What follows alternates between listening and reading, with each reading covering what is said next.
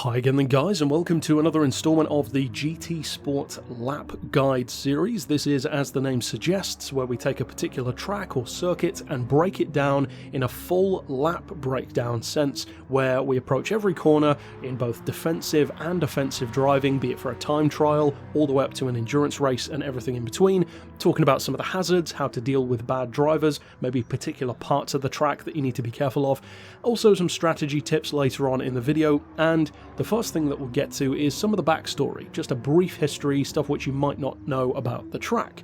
Now, I've always found this circuit to be one of those tracks which kind of looks like it isn't real, even though it is, in a funny kind of way. It's a very simple looking circuit, there's not much going on in terms of scenery, which to me just gives it that kind of original circuit vibe rather than a real world track. It was opened in 1990, so it's pretty new as far as tracks go, at a cost of $500 million, and they actually held their first Super GT event in 1999. Now, even before that, they'd had some pretty high-profile stuff. Schumacher even won there with another driver as well in the Sauber C291 Mercedes a number of years before. Kawasaki actually bought the circuit in 2005, and they still own it to this day. And of course, the most famous thing from the Gran Turismo point of view about this track is the Super Formula tie-ins, where we have those two cars that arrived in the game with it. I considered using those on the track, but for one thing, they kind of get around a lap a little bit too quickly, but also open wheel cars aren't really ideal for teaching strategies because they're so much different to every other kind of car. So if you can drive a normal car on the track, chances are a Super Formula or a Formula car in its full form will still be pretty easy in comparison. Now, as far as this track's size and length and complexity, as I said, some people do find it challenging for sure. It's not overly long, it's 4.7 kilometers or just under, or 2.9 miles in other words, in its longer form. It is the longer form in particular that I am going to be discussing in this video, and of course you can carry over the majority of what I say into the more clubman style circuit anyway. And for this particular lap guide, I chose to use the Porsche 997 generation GT3 because it has a nice balance between being really good and really fast, but also kind of challenging for some people. So it strikes a nice balance between a fast, good lap, but at the same time a car which doesn't do all the work for you. So let's get into the lap breakdown.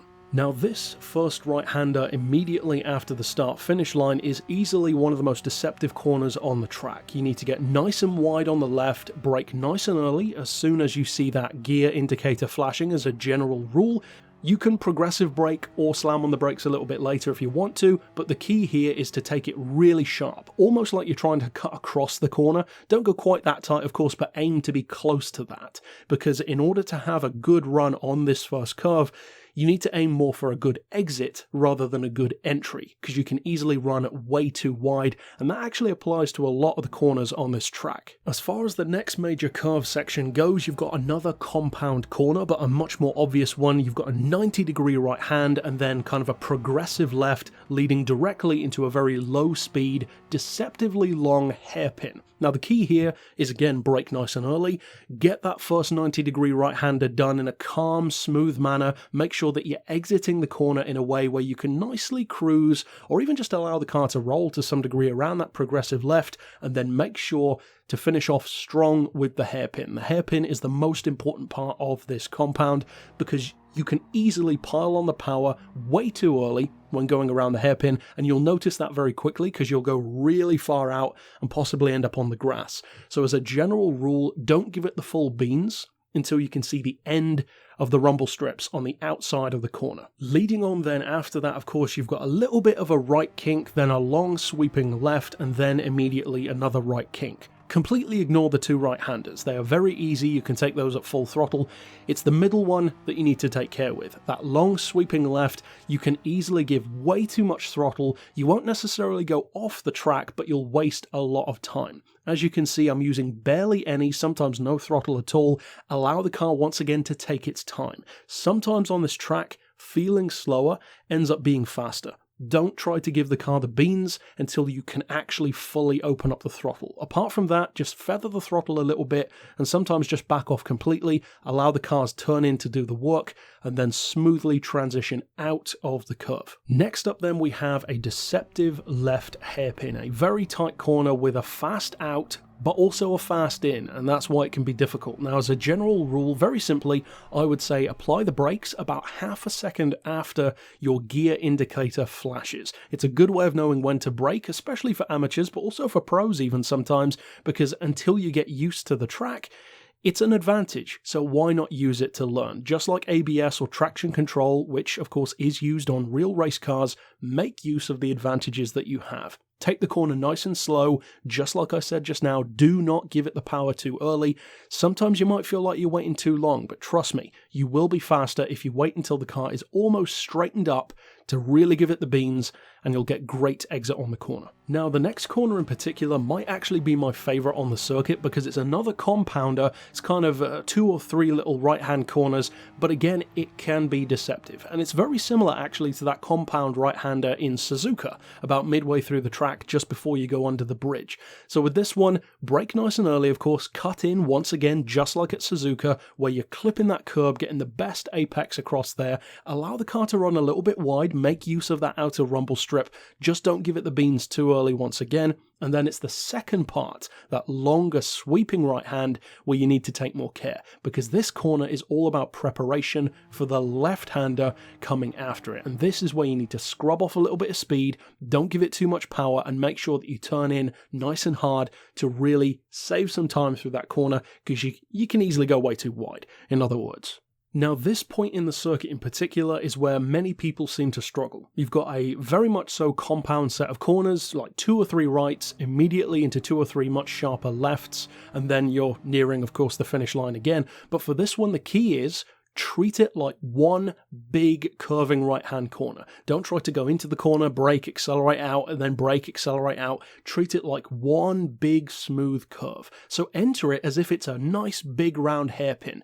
Slow down, allow the car to cruise in, do not give it much, if any, throttle until you can see the exit of the corner. Then immediately as you transition from the long right into the much more shallow left than it initially looks, where it can easily catch you out, especially when it kinks left twice, you'll want to brake, turn in nice and early again because you can easily run way too wide, and then we come up to the familiar beginning of the lap where you start significantly before the start-finish line. And speaking of that corner that you do begin your test lap with, once again, treat it very simply like a long progressive corner. Don't roll on the power too quickly. Maybe give it a little bit of feathering for this one because you can, but you want to focus once again on the exit because you have a very Goodwood circuit style little apex cutting corner where you need to be in the right position to cut right across that curb and then immediately go onto the home straight. If you mess around too much in this long sweeping right-hander, you'll end up wasting time exiting the corner, getting onto the straight, and then it will result in a slower top speed down the straight, and of course not as good a lap time. So as far as the lap goes, it's actually a relatively simple circuit as far as I'm concerned, but I can definitely understand why some people would find it difficult. Again, the fact that it hasn't been in the game for that long is a huge factor because we simply haven't had the same amount of time that we have with, the midfields, the Le Mans, the Nürburgring, various others like that. But at the same time, it's a track which I think the corners are very repetitive as well, where that can easily throw you off. You can kind of think, oh, wait a second, where am I on the track now? But trust me, when you do a few laps, try a few different types of car as well, you will begin to definitely feel more comfortable with it. And the single most important piece of advice I would have here, in terms of moving into the hazards and bad drivers and that kind of stuff, is throttle control. That is all this track is about. You don't need a car that has the sharpest turn in or the most power on the straights. It doesn't even have to be the lightest thing around, really. You can actually make most cars do a pretty good lap here because it's more, just like the Nordschleife, about knowing the track rather than knowing the car. Now in a Super Formula, you're looking at about 1.5 minutes. In something like an exotic like the Porsche I'm in, you're looking more around 2 minutes. And in something like a lower level hatchback, maybe 2:20 to 2.5. So it doesn't take that long to do a lap. The problem is though, if you make a mistake, it means that because it's a short lap, people can get away pretty quickly, start to get onto the next lap and move ahead. So as far as those hazards go and bad drivers, Bad drivers on this track I haven't heard being as much of an issue as some people would find on other circuits. Me, for instance, I find bad drivers to be very bad on Fuji in particular, but here, bad drivers have a tendency of kind of weeding themselves out, because a lot of bad drivers won't pick the track in the first place, but then those who are will tend to just overcook the corners, even if they're trying to hit you off the track, and they'll end up just messing themselves up. Because Autopolis really is one of those circuits where it's all about keeping the flow.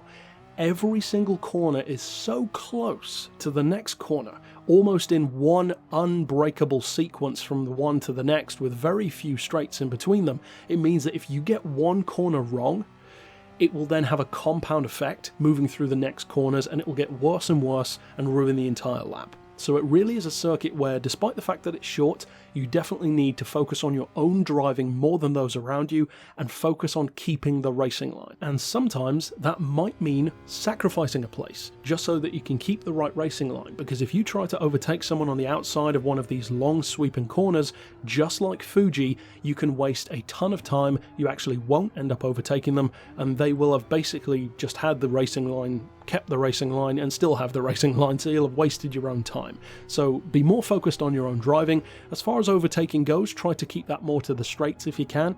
And the key to overtaking and winning here, I would say, like I said, throttle control, but also focus on exiting the corners, because that is where people fail the most. They give it too much power too early and end up going off the track or wasting time having to brake on the rumble strips because, oh, they suddenly realise they've gone way too wide. Avoid all of that, and you'll find yourself just moving up the grid, getting through the other people, and of course if they're good drivers, that's fair enough, but if they're bad drivers, they'll pretty much weed themselves out. And finally, as far as my endurance racing tips go, it's a pretty simple circuit, because everything that I just said would still apply. It's not really like the Nordschleife or Le Mans where it's all about the strategy of when you pit in, because with a really short circuit like this one where it's a very fast lap, you don't need to worry too much. However, I would say that on this track, keeping a note of your front tyres is the most important thing in an endurance race, because you cannot afford to start having understeer on this track, because as soon as you do, you'll lose a ton of time on every lap. And there are a few tracks that are like that, the ones that tend to have a more high-speed, curving corner kind of layout rather than technical 90-degree stuff, which I usually prefer. This isn't my style of track usually. But if you keep that under control, keep your tyres in good condition, especially the fronts, then you'll do well. Overall though, that's it for my thoughts on Autopolis. If you were finding it challenging, then of course I hope this guide helps you out. But if you are new to the circuit guide or lap guide series, I would recommend clicking through to the others at the playlist here on screen to, of course, check out the other circuits that we've talked about as well. But that's it for this circuit guide. Of course, I will see you next time, and for now, as always, thanks for watching.